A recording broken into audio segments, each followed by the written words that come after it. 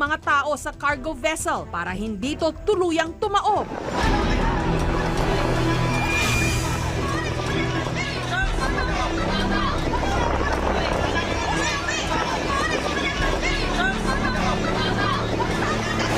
Sa huli, ligtas na nakalabas ang 149 na mga pasahero. 4 naman ang kaagad na itinakbo sa ospital matapos magtamo ng minor injuries.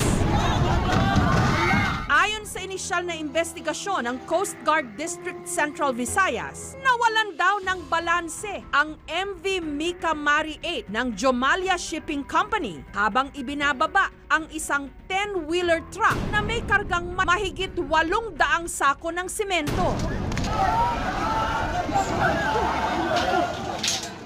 Kaninang umaga naman, nagmeeting ang mga kawani ng Coast Guard sa Camotes at pati na ng Jomalia Shipping Company